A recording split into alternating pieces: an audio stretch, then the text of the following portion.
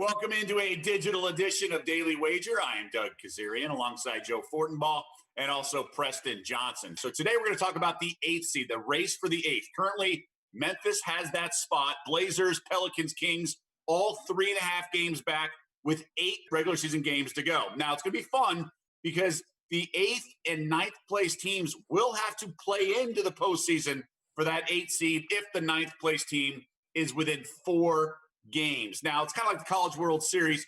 If the 9th place team wins over the 8th place team, then they got to win again. So that's the advantage that the 8th place team will have over that 9th place team. So we start with the Pelicans. They are plus 250. Zion's healthy. They're back, all those young legs. Preston, what do you make of this Pelicans team to get into the postseason? Well, they certainly have a chance. My projections give them a 23.2% chance. So what we're doing when we're betting is we're looking at probabilities implied by the market prices and then my own probabilities and seeing if there's value.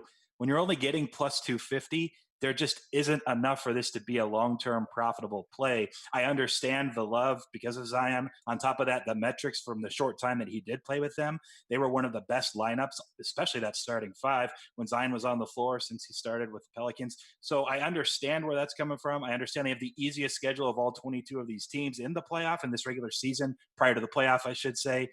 But that's all baked into this market price, and it's baked into my projections. And so at plus 250, it's just not good enough for me to really inquire or to look into this any more than it's a pass. Yeah, it's a pass for me, and I'm tempted because you mentioned that easiest schedule, but I'm a little worried about just everyone's fitness, not just the Pelicans, but the entire NBA. Given this layoff, a lot of players were unable to sort of get in shape depending on where they lived and kind of what facilities they have at home. And they're a team that sort of, even though they got young legs, relies on cardio and just up and down. Now, they'll have some time to get in shape, but it's just not enough for me to get involved, given that they are 3.5 games out and have so much other competition. Joe, what about you? Agreed. Let's play Starsky and Hutch here for a second. Doug, you have dark hair. You can be Starsky. Naturally, baby. Preston, that's going to make you Hutch. If we're going to be detectives on this thing, you're going to realize that the way the NBA has set this up is specifically to make sure Zion is involved. It's a 22-team cutoff, which gets the Pelicans in. And then, oh, by the way, they happen to be the first game back. This kid's bankable, and they know he's the heir apparent to LeBron James. You want to bet him as a public bettor. You love the idea of getting behind Zion. The NBA wants to have you watch him. They want him on TV.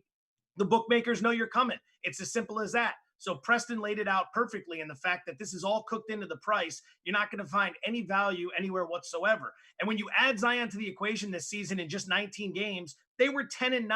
They were good. They weren't terrible, but it's not like a Philadelphia 76ers home road split where the Sixers are incredible at home and awful on the road. The Pelicans were one thing without Zion. They were better with them, but were they that much better that 3.5 games back of Memphis, considering the odds you're given, you're really going to get behind them there? It's a pass for me.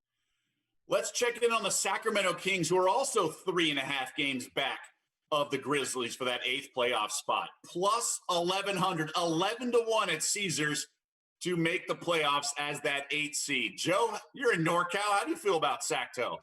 I'm going to back it, but it feels like backing the Browns in the NFL, right? Lots of talent, lots of reason to believe, but it's an organization that has let you down time and time again. 11-1, though, for me is going to be worth a shot. They went 13-7 over their final 20 games, so they were playing pretty well down the stretch. But take a look at the 8-game schedule once they get to Orlando. They have the Lakers in the final game. LA could have everything wrapped up by then, so that could be all backups in that game. They get the Spurs with no LaMarcus Aldridge. They get the Nets without KD, Kyrie, and Wilson Chandler, who's opted out of playing in the bubble. They get Orlando, who was 30-35 going into the break, and then they get 2 with the Pelicans. That's 6 right there that could put them in great, great shape for making a playoff spot. And get this too.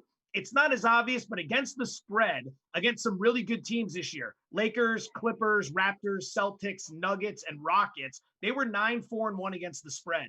They're one of those teams that kind of ratchets up the intensity and plays a little bit better when the opposition is better. So I'm going to give the Kings a shot here at 11-1, Doug. I'm right there with you, and you stole a lot of my reasoning. 5 of their final 8 are against teams under 500. You mentioned the Lakers in the final regular season game. That's obviously a big component of resting.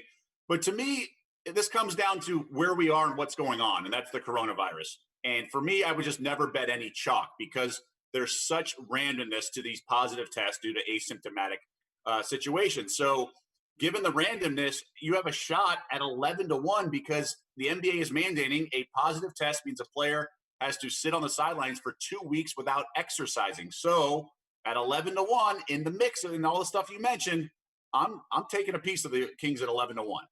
Now to another team that's 3.5 games back entering the resumption, and it's the Blazers plus 400 to make the postseason. Pretty interesting, all things considered, because they have Dame Lillard. They're getting some guys healthy as well, Preston.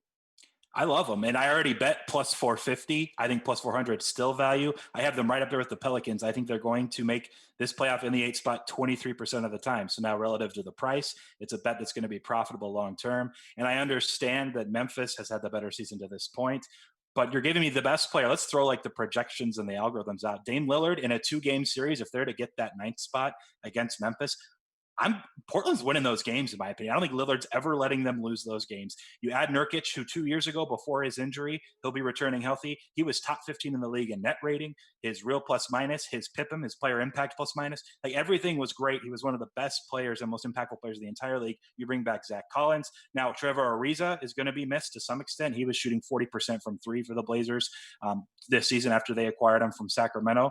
But they do have Carmelo Anthony, who I hated on when the signing happened, but was actually okay. He'll fill in that small forward position for them. At least to some extent, they'll be okay.